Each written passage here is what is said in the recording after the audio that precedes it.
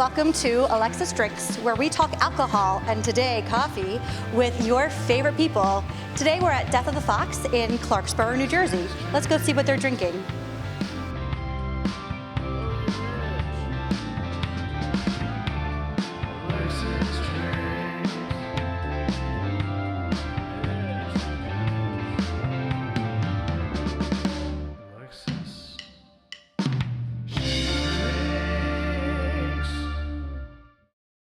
And welcome back to another Alexis Drinks. We have a really exciting episode this week because we have a special brewery. We are at Death of the Fox in Clarksboro. Yes, I always get it confused with Clayton. But we are in New Jersey's first and only coffee shop brewery, which is really exciting. We're here with Chuck and Tiffany, who are going to talk about all of the fantastic drinks here to offer. And in a special new type of show, we're going to do coffee and then beer, because you guys have coffee and then beer. We do. Really excited about it. Yeah. So, you know, Tiffany was making some gorgeous pour-overs that you guys can't smell, but were amazing. And she's going to talk about what we're drinking. Tiffany, what are we?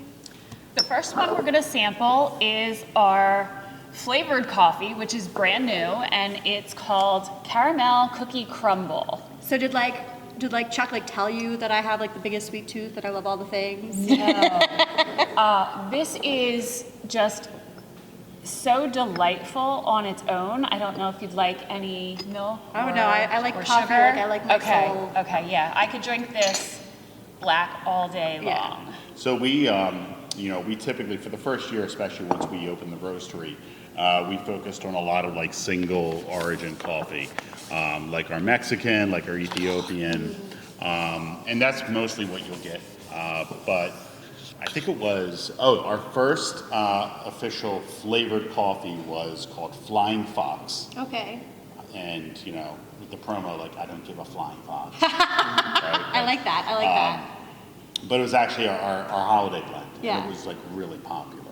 So, so kind of went back and thought, okay, well, obviously people like this stuff, so let's do something kind of in line with some of our beers and that type of thing. So what we did is our first two, we just released them last month, was our Cinnamon Toast Roast. Oh my gosh, perfect. And our Caramel Cookie Crumble, which is kind of caramel cookie crumble is similar to our creme brulee. Yes. And the cinnamon toast is, probably the beer that we're known most for is our cinnamon toast pale. So you can start in the morning with your cinnamon toast, coffee. Into that, absolutely. And then stick around all day and get the cinnamon toast crunch pale ale, which I love. So this is our caramel cookie crumble. Love this. So this is kind of starting the day. Yes, starting perfect. the day right now. Perfect. And now I saw you make it, so I know that you didn't put any sugar or anything in this, but this is very sweet in a great way. Yes. It's lovely. And yeah, I mean, I just this is, so do you ever coffee beer, sip, sip, sip? I mean, ooh, I just. Oh yeah, a lot of people love that. They'll they'll get, as soon as it turns noon. Right? So as soon as the beer comes on. So they will, they will have a coffee to begin with, right. And then get maybe a flight, and then get either another coffee, a nitro cold brew, some kind of cold brew thing happening, right. Or and then finish it off a punctuation with an espresso. Ah, so nice. That's the classic Death of the Fox roll, which could last anywhere from an hour to 4 hours. Sure, I mean I could stretch that out all day. Yeah. And again, we talked and it can't happen, kids. It's too hard. But the flight of coffee. I just see a flight of coffee and a flight of beer, and just And I tell people, because I want you to do all the work. when they have the coffee and we'll do a sample or something like this, I'll tell them it's a very similar process to what you do with beer. Which is have the full sensory experience. Smell it. Smell it first. Get that you get that nice caramel. Yes. Type of you get some vanilla in there. Yeah, it's a nice deep flavor. Or smell. And if you're at a coffee house, the thing is, it's almost like drinking a beer out of a can versus having an open glass. really should be inhaling that while you taste it, because that's really part of the sensory experience. Yeah. You know, so I tell people, you know, they're like, why coffee, why beer? That's one of my next question. well, How'd you get into this? How did this happen? I don't know. feel like I've known you since before it even opened, but like when we were talking that, you know, not ill-fated, it was Fine Day in Tonewood 100 years ago. Right. Over 5 years ago, because you're celebrating your 5th anniversary in August. Yes. 5 years, yeah, we're having a little party. You know, we were so focused on can we do it? Yes. And turns out, yes, it ultimately Chuck could do it, and just Grandfathered in. But then, yeah, we didn't talk about why we did it, which is. Well, I mean, long story short is, you know, I spent a lot of time in my former, you know, career, corporate life, traveling all over, and I spent a lot of time in coffee houses and breweries. Whenever I'd go to a new, you know, new city, new region of the country, I would check out what's happening with. I would love to find a good coffee house, you know, and get a couple hours work done and just have a sense of the local flavor versus going to like a Dunkin' or a Starbucks. Sure. Nothing wrong with Listen, that. there's always there's a place for Starbucks, like there's a place for Budweiser. Right. So, and as I got into home brewing, you know, like 15 years ago, I started noticing all of these, like really, like, you know, similarities between coffee roasting, that process, scientifically, and also from a sensory perspective, to beer brewing, the malting process, the conditioning process in both. You know, there are a lot of similarities.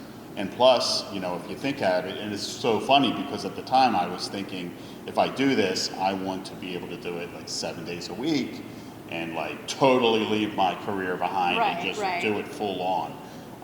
But in order to do that, you know, at that point, you know, like 5-6 years ago, breweries were open, 2-3 days a week? Yes. Mostly, you know what I mean? It was mostly manufacturing, production focused. So I wanted to focus on the experience of being here, the experience that I was blessed to have, you know, going to visit different cities, especially West Coast cities, you know, like Colorado, like, you know, San Francisco, Oregon, you know, Washington State, you know, pretty much ahead of the curve when it comes to a lot of these, especially innovative hybrid businesses and things like that. So very influenced by that. And, you know, bottom line is we can do this AM, PM, 7 days a week. Yeah. And have control the goal was not only to do the brewery, but also eventually do a roastery. And roast the beans on site, brew the beer on site, have it completely, totally fresh.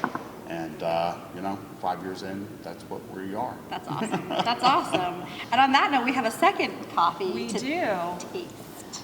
I'm greedy. My people who watch know. I just want to taste it all. Our second is our Mexican roast. Which is nice because I'm drinking a Mexican lager over off to the Yes. Ah. side, kids. I've been drinking from that app. So tell us about this guy. It's a Mexican roast. So this is a medium. This is probably one of our most popular single origin. It's a Mexican Chiapas roast, and it's really just it's got some nice cinnamon notes. It's got some slight milk chocolate notes to it. And it is it's just a really solid bean. It's a little more expensive, and you know, and so it's definitely, I would say, you know, we have the medium roasts are, you know, getting into the coffee process, you know, definitely mostly people tend to like the medium roast the best because they don't want it, you know, charcoal. They don't want it too light like a tea. Right. So this one is, this one's really popular. Well, I'm smelling it first. I also love, you know, similar language, but also different. I'm learning new terms. And Yes. Like single beet? Single origin. Yeah. Ooh, yes. I don't want to say more bitter because like bitter is not the right word, but like less of the sweetness that this one had. Yes. You know, more of that like straight coffee, flavor, and it's lovely.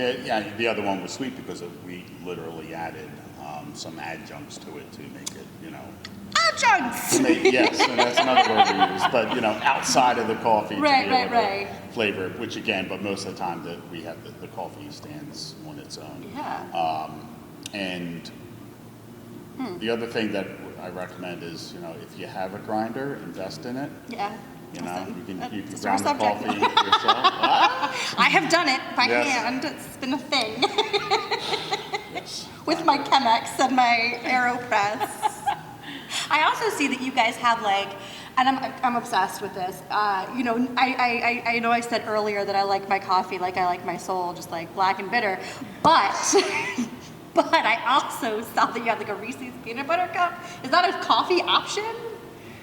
It's a latte. Well, we have different flavor syrups Right. that we can incorporate into all of the different coffee drinks. Yes. So if you want a Reese's flavored coffee, we can do that. If you want a Reese's flavored latte, we can do that. And then we also have what's called a Fox Freeze, and that's Don't order that. It takes forever.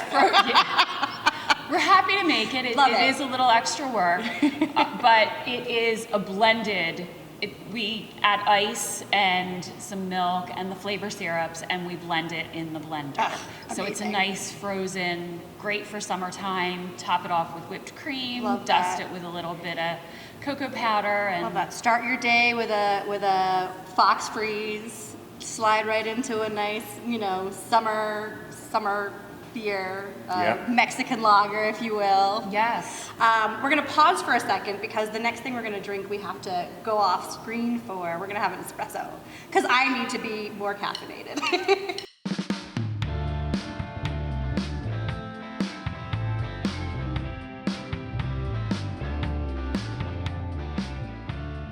After a small break, we have not only some espresso, which might kill me.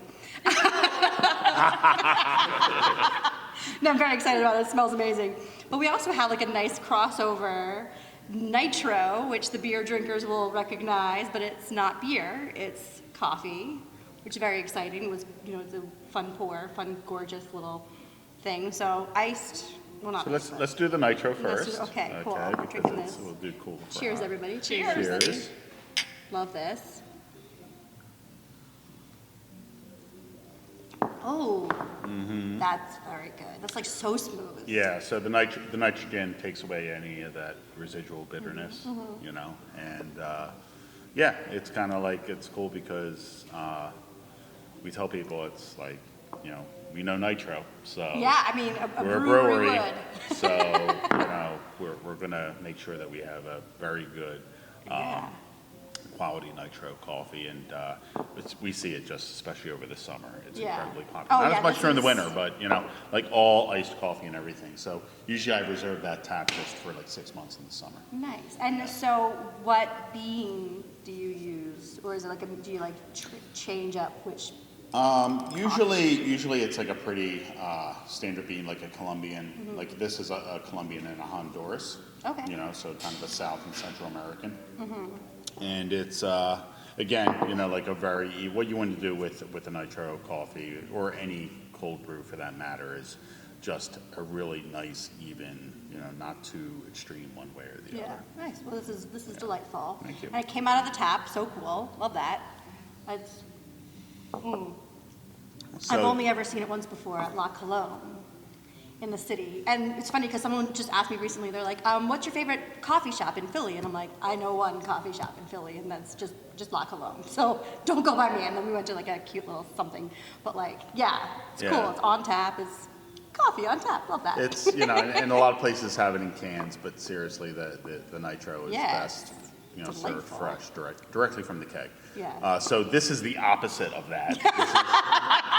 This is espresso, so it's much more bitter, but you're getting, Yeah. It's but this is a shot of espresso. So. And we have about a shot in here, and we can make espresso both with caffeine and decaf. Oh, a lot fun. of people Love aren't that. aware that End of night espresso drink. is available in a decaf. So I Yeah. just wanted to mention that. So we have a shot of it. Should I do it like a shot? Is that Yes. No. Yes. Ready? Okay. But you have to pound first. Ready? Really? Go.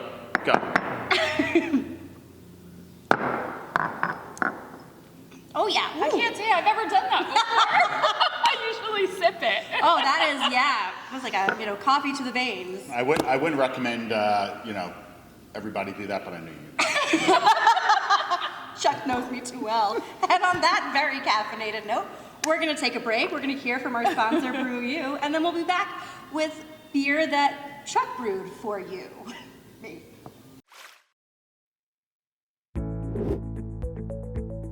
BruYou is the app to send and receive drinks. Buying a drink with BruYou is easy. First, select a recipient, choose the location, and then pick a drink from their menu and send it out. It's easy to stay connected with the people you care about with BruYou. Whether it's a birthday or promotion, or just because, sending a drink with BruYou is great for any occasion. When someone buys you a drink, you'll receive a notification with the details, and the drink will be stored in the app until you redeem it. When you're ready to redeem a drink, follow the prompts and show the bartender the confirmation screen. Once your drink is received, close it out on the app and say thanks. Then, cheers! You just received your first drink on BruYou. Available for download on the App Store and Google Play Store. So, we are back for, again, something new, something interesting. Anyone who knows me knows I love an element of randomness to my drinking. I usually just go in and, like I said to you earlier, pour me whatever you feel like pouring me.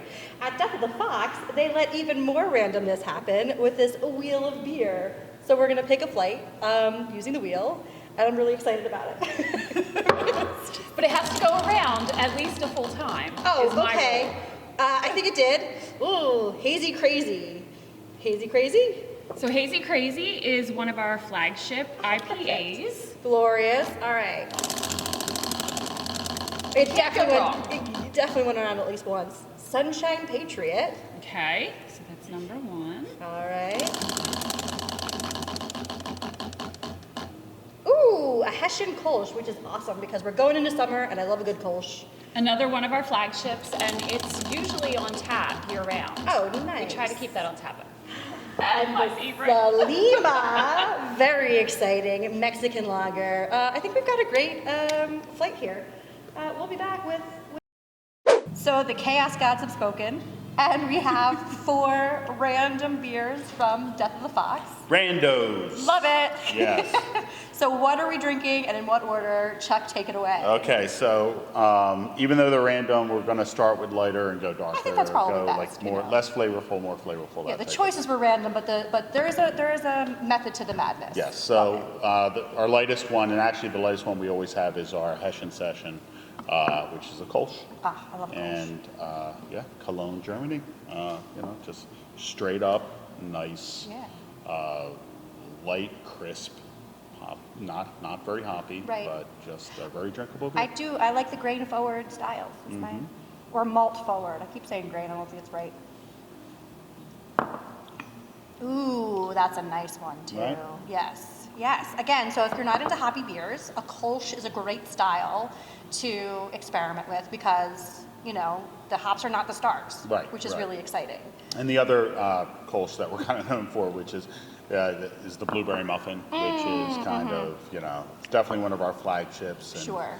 And now, do you locally source those blueberries? Just, here in blueberry country? But now we use a more consistent process because as you use, like I would definitely use like full blueberries in like a sour, but for a really clean, crisp beer like this, I have to go with something a little more consistent. See, no, I love that explanation. That's really important because one of the things that folks talk about in craft beer is consistency from one batch to the next. Yes. And as you, get that under you want that. So cool. It's one of the, if other brewers watch this, you live and you learn, and you have some, especially in the first year, you discover some manufacturing things that make sense. And, for a brewery like ours, which is about 10 barrels, we strive for consistency. We're not the smallest brewery, we're not the largest brewery, but the thing is, when people come back, they want that beer to taste the same. Yeah. So you have to do whatever you need to do in order to make that happen. Yeah. There was, the folks over at Kings Road educated me once. He's Bob Hochgertl spoke once on the kind of hidden artistry of a Coors Light, where you will get a Coors Light. You can get a Coors Light anywhere in the world, and it will taste the same no matter where you've gotten it. And there's like this skill to that. Absolutely. And striving. A light lager is one of the that. hardest beers to make. Yes. Well, and that's the thing. This tastes very good. I want this to taste this way every time I come, so that my fellow drinkers see this and they come and they have it and it's as delicious as I have told them it is. Sweet. All right. So the second beer we can dig into. This is our spring wit beer. Ooh. Even though it looks like a hazy IPA, it's not. It's actually it's a spring wit beer, Belgian style yeast. Love that. Belgian Coriander, wits. coriander, orange peel, Lemongrass. lemongrass. Lemongrass. There we go. Yes. Love that. That's very nice as well. And so a Belgian Wit was my first craft beer, and just that style was like the style that I clung to very early on. Fruited wheats and Belgian Wits, and just this very, again, malt forward. Not too hoppy, approachable, and this is delightful. It tastes like spring. It does. It does. So refreshing and definitely great for the summer. If it ever gets here. Yes. So next is our Hazy Crazy Diamond. Okay. IPA, which isn't incredibly hazy right now because it's actually been, this is kind of been, once we keg it, within the first 2-3 weeks, it's really hazy and it's cleared out, which is not necessarily a bad thing as a brewer, but you still get a really nice... I'm smelling it. I'm smelling the hops. Yeah. Again, that Citra, Mosaic. Stick your nose in it first. Yes. Not get real pretentious. I know, I love the smell. But of it is a this good one. smell, yeah.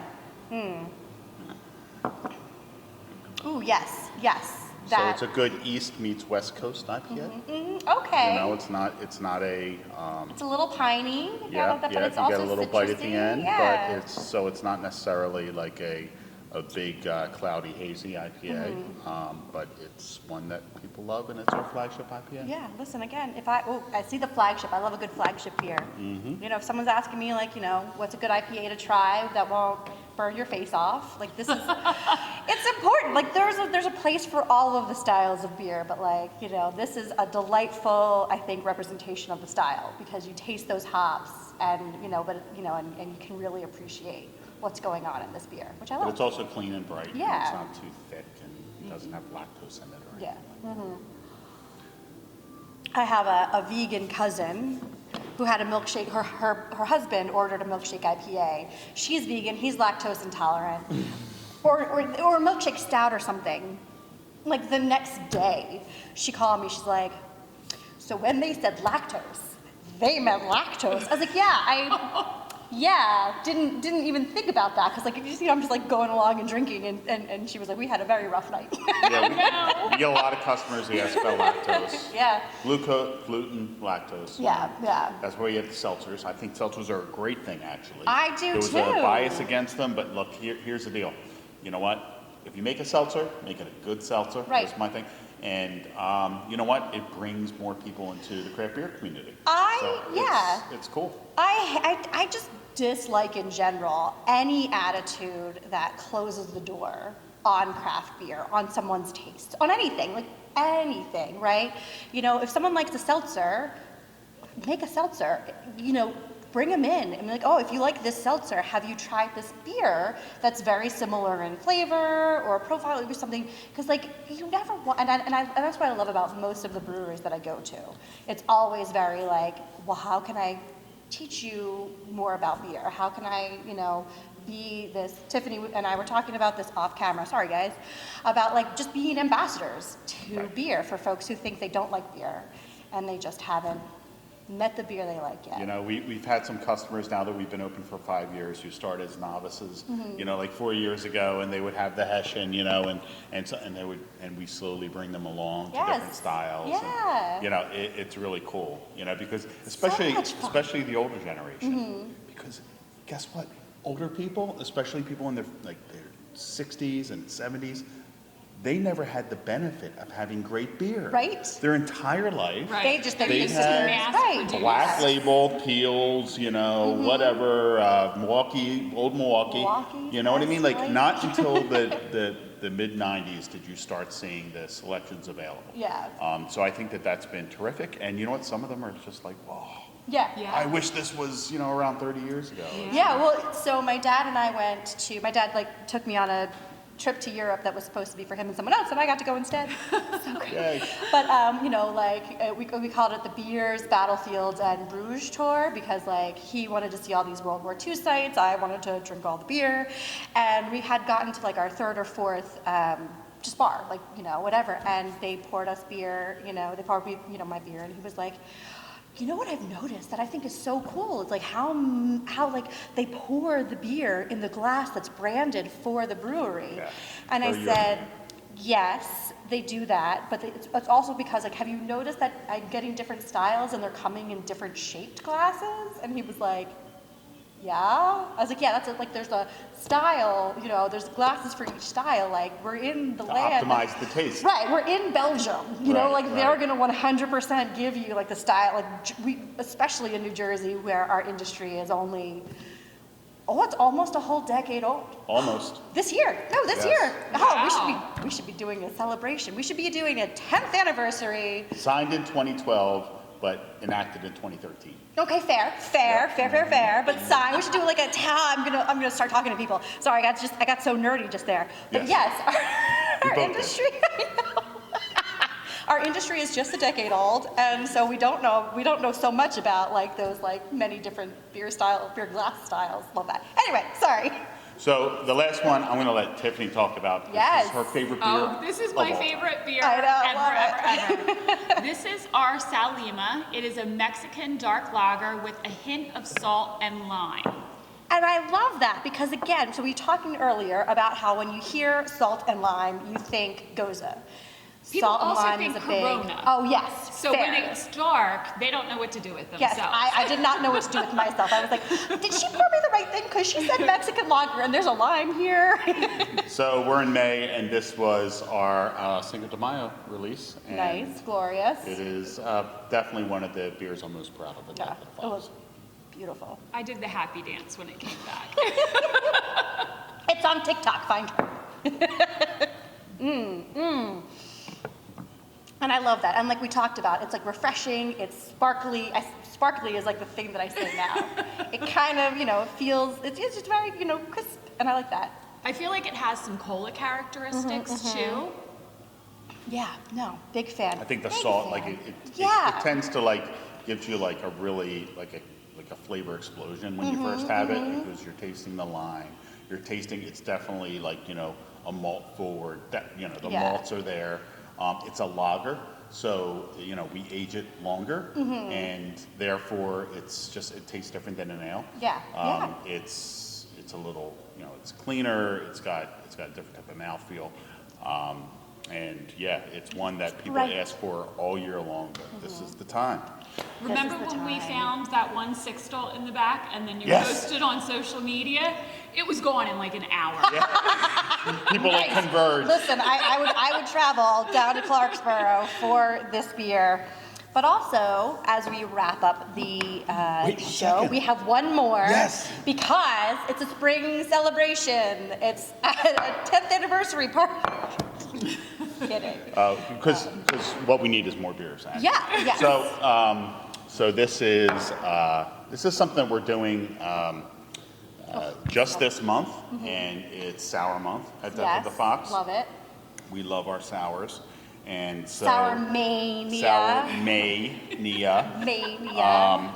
And so the first one we did is a margarita sour, but this one we're really excited about because it is a New York cherry cheesecake sour. So excited. All right. Cheers. Cheers. Drink it, love it. Cheers. And this releases this week only? Well, this is delightful. Guys, get yourself down to Death of the Fox. Beg them for the cherry cheesecake sour. This week only. This week only. Yeah, thank you guys so much for having us. Thank you, Alexis. We're gonna drink you. through all of these beers and work off my coffee buzz. Then we're gonna hang off those rafters. It's gonna be awesome. Yeah. See you guys next more shots. time.